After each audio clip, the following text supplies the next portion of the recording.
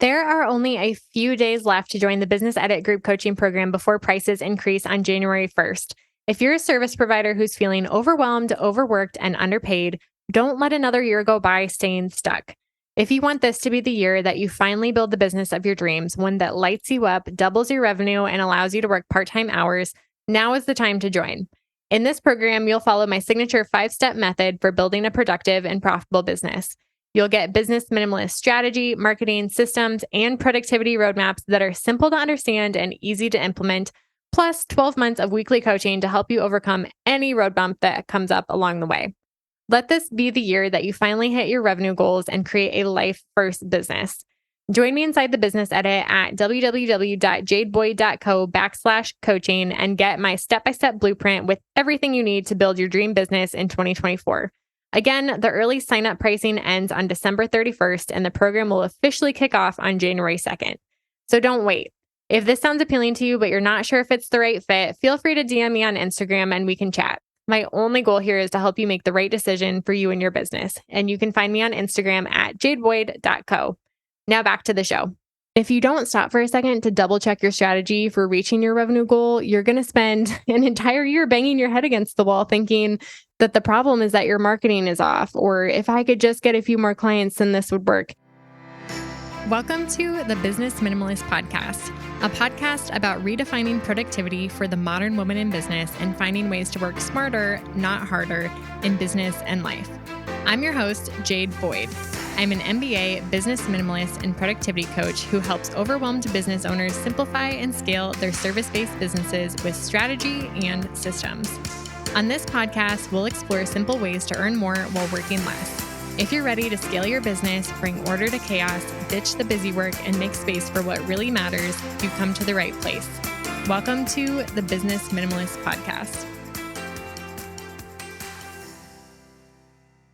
As we're moving towards the end of the year, the thing on every business owner's mind is goals for the new year. And as business owners, most of us are pretty focused on financial goals, on where we want our business to head and how much money we're going to make in the new year. Where are we going to go from here? Because everything in your business does boil down to finances, right? Whether you're starting a podcast or launching a program or hiring a team, ultimately, the goal in doing any of those tasks and projects is hopefully to contribute to your bottom line.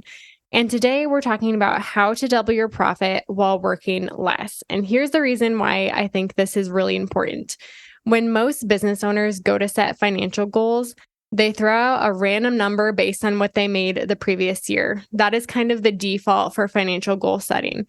But it's not helpful because it leads you into pitfalls of either setting unrealistic goals for no reason and not understanding what you actually need to make in your business. So you set your goals high, you don't break them down, and so you don't have a strategy to reach them and ultimately feel like you are unsuccessful when you don't reach them, or you set them too low without understanding what it's actually going to take to be able to hit your profit goal. Because revenue is one thing, but you can make a lot of revenue without being able to pay yourself consistently or give yourself a raise. So that's why I focus with my coaching clients and in my coaching program on profit, not revenue, because profit is what is going to change your life as a business owner, because profit is what is going to allow you to pay yourself more, to give yourself a raise, while also focusing on working less.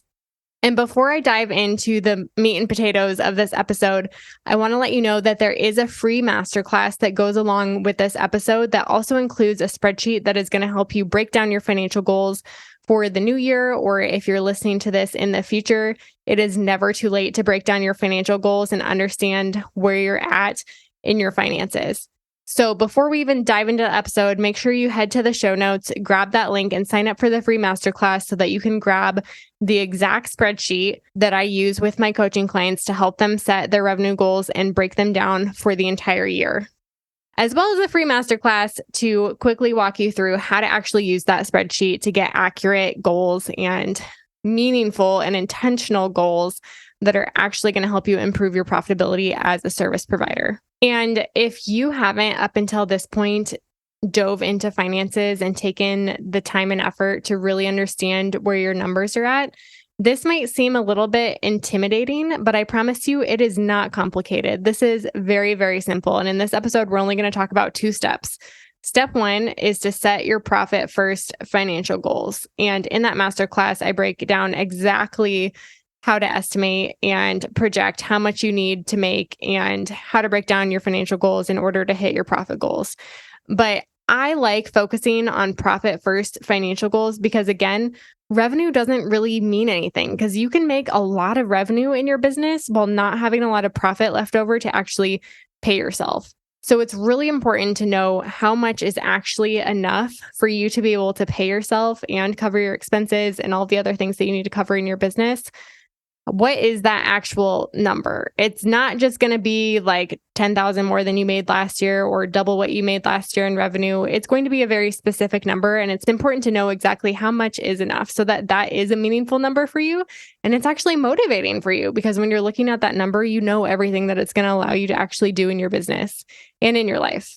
I think the other pitfall that business owners fall into is just assuming that the next step in their business is whatever people on the internet are saying. Like, okay, I hit 5K months. Now it's time to hit 10K months. Or, okay, I hit 6 figures. Now it's time to hit 7 figures. But I think it's really important to actually look internally and ask yourself what you want for your life. Like, what type of business do you want to build? And build your strategy around that, not just what other people are telling you should do or what logically, based on what you've seen in your industry, is the next step, but deciding for yourself, because those are going to be so much more meaningful and motivational goals that you're actually going to stick to.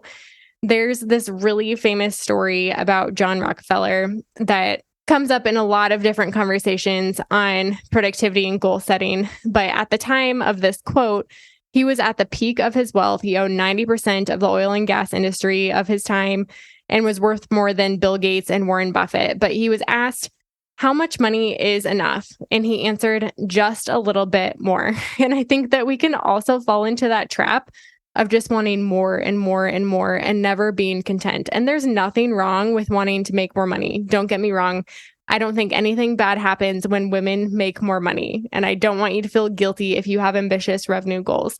But I do think that it's important to know why you want more money so that you're not sacrificing things that really matter to you just for the sake of making more money, because it does take effort to grow your business no matter what level you're at. And we can, especially in our culture, just fall into that trap of the hedonic treadmill, which, if you've never heard of the hedonic treadmill, it's basically this idea that we're on this treadmill constantly pursuing success and pursuing more and more, but it never really stops because it's never enough. And we find that each new stage that we get to, or each thing that we achieve, whether in business or life, it doesn't matter. As humans, we quickly return to our baseline level of happiness. So we look at these things thinking, once I get there, then I'll be happier. Or once I get to point B, or once I get to 20K months, then I'll feel successful. Then I'll feel legitimate. Then I'll feel like I've made it. But in reality, when you're operating in that mindset, you'll quickly return to your baseline level of happiness. It becomes normal again, and you'll just keep on that treadmill. So it's important to actually look at your numbers and understand, based on the type of life you want to live and the season of life that you're in right now, how much is enough? And I like to say that enough is not too little. When we think of enough, I think our basic assumption, or what we jump to, is that enough is the bare minimum, but it's not. Enough is exactly enough. By definition, it's enough. It's not too little. And at the end of the day, what really matters is not how much your business is making in revenue, but how much you're paying yourself for the time and energy you're putting into it, right? And to increase how much you pay yourself, you need to focus on increasing your profit. So in my method of financial goal setting, we start with how much you want to pay yourself. Then we backwards plan how much revenue is enough to cover your expenses, your tax savings, your business savings, if you don't already have an emergency fund and need to fund it, and if you have enough profit to pay yourself more every single month, pay yourself consistently.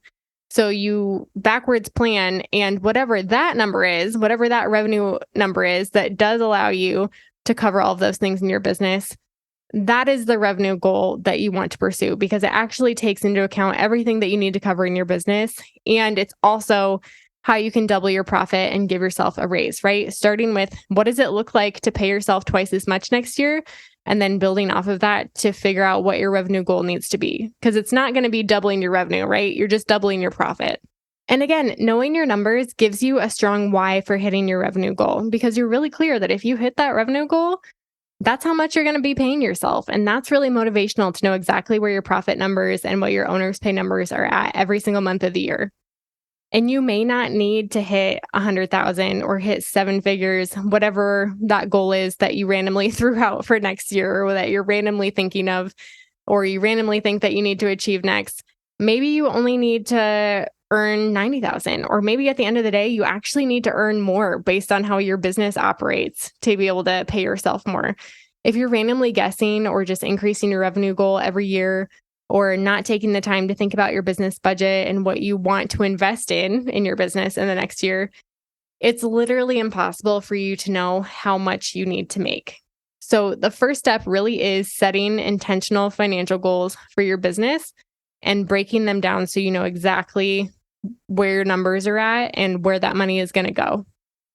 I also, in the template, and again, you can grab the free masterclass if you want the exact template I use, encourage business owners to set good, better, and best revenue goals. So when we're talking about enough, that's your good goal. Like, how much do you need to hit your baseline goal for next year to double your profit? What does that look like so that you're paying yourself a decent wage? That's your good goal. But then it can go up from there. Just understanding what type of business you want to build and where you want it to go.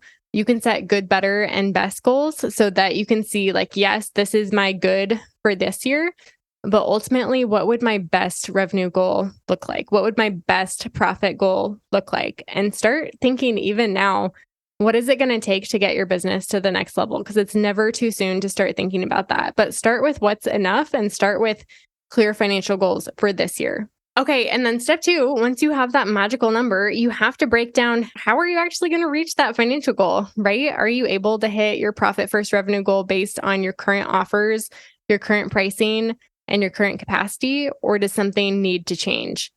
And your capacity is based on how many hours a week you have to give to client work, not how many hours a week you have to give to work in your business total. And I think a lot of business owners misunderstand, like, oh, my capacity is just 52 weeks a year times 40. That's how many hours I have to give.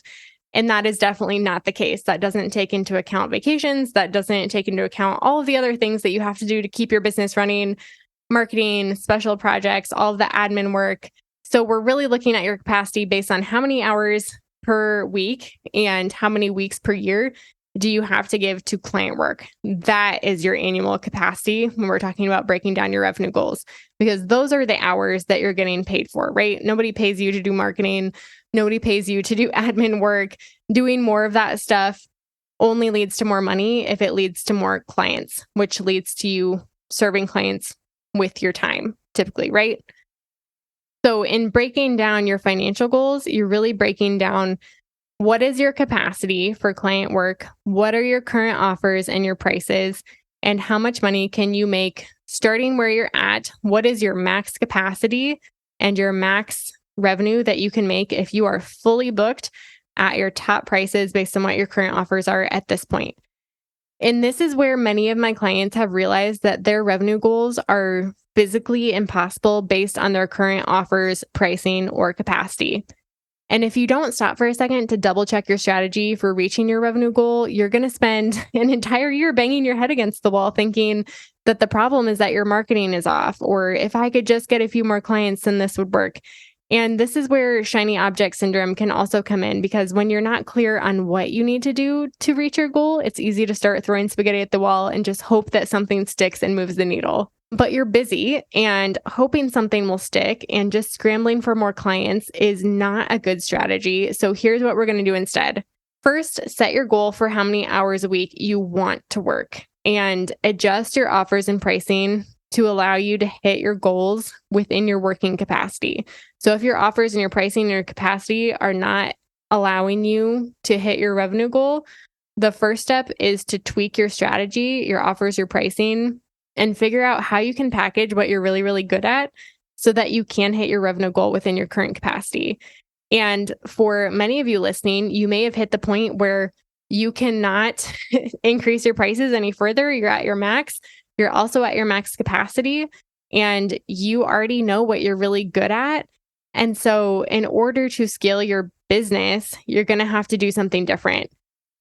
You're going to have to either come up with a scalable offer or a scalable model. And when I'm talking about scaling your business, it happens in different phases. And people come into my coaching program in many of these phases. But the first phase is to choose your niche. And by niche, I think people assume that that has to be super pointy and super specific. But what I mean by choose your niche is clarify what you want to do and the work that you're doing in your business. So oftentimes when business owners are just starting out, they're trying a bunch of different things, right? Like when I started in photography, I was trying every different type of photography. I was doing families, weddings, products, brands, headshots. I did it all before I niched down into brand photography. And within brand photography, I was still doing a few different things, but I was a brand photographer. I knew my niche.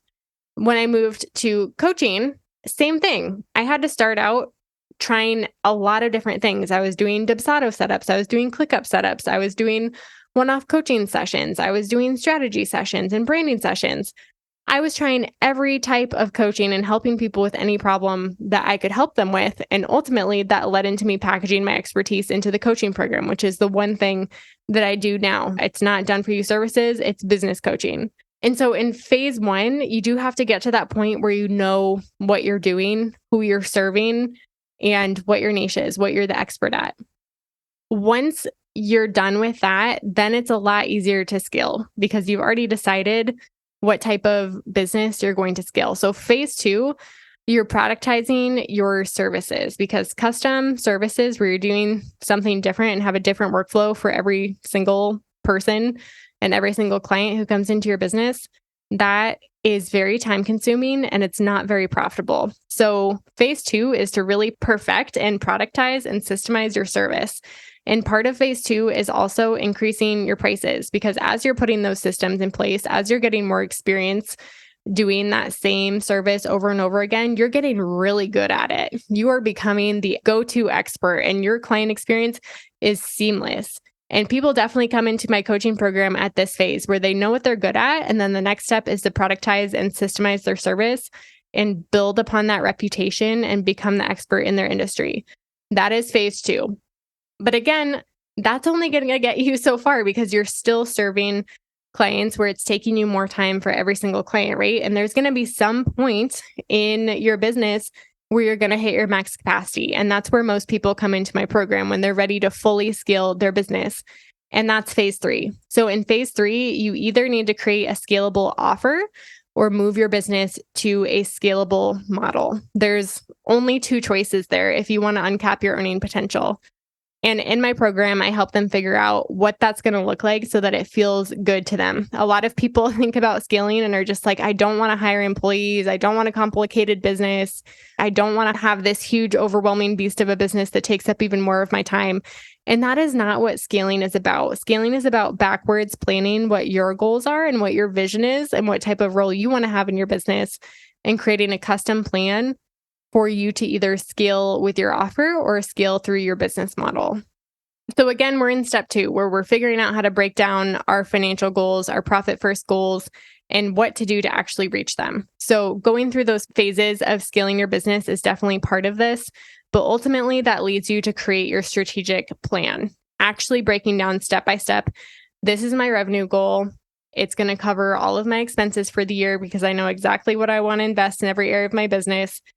It takes into account how much I need to save for tax savings. It takes into account how much I need to save in my business. It takes into account how much I need to pay myself every single month. This is my goal. I've already broken that down into my offers and how I'm going to do that. Now I need a step-by-step plan.